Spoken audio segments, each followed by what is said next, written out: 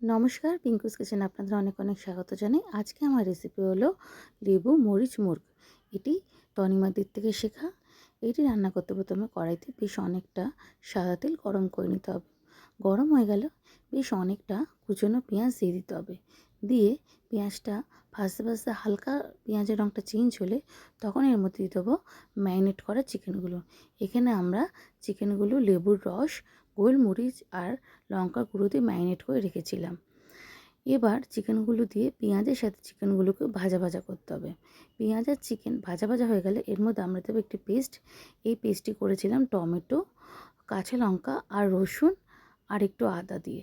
পেস্টটি দিয়ে হালকা আঁচে বেশ অনেকক্ষণ ধরে কষাতে হবে। কষতে কষতে যখন মাংসটি কষে যাবে তখন এর মধ্যে আমরা দিয়ে দেবো ঈষৎ উষ্ণ গরম জল। দিয়ে আমি কটা গোটা কাঁচা লঙ্কা অ্যাড করেছি, দিয়ে চাপা দিয়ে ফুটতে দিতে হবে।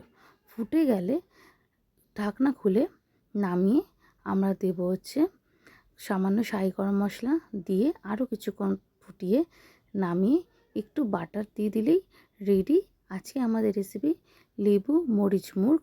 এখানে আমি বাটারটাও অ্যাড করেছি, যেটা তনিমাদি অ্যাড করেনি।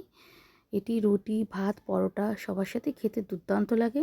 আমার রান্না যদি আপনাদের ভালো লাগে থাকে please like, comment, follow, share and subscribe. ধন্যবাদ।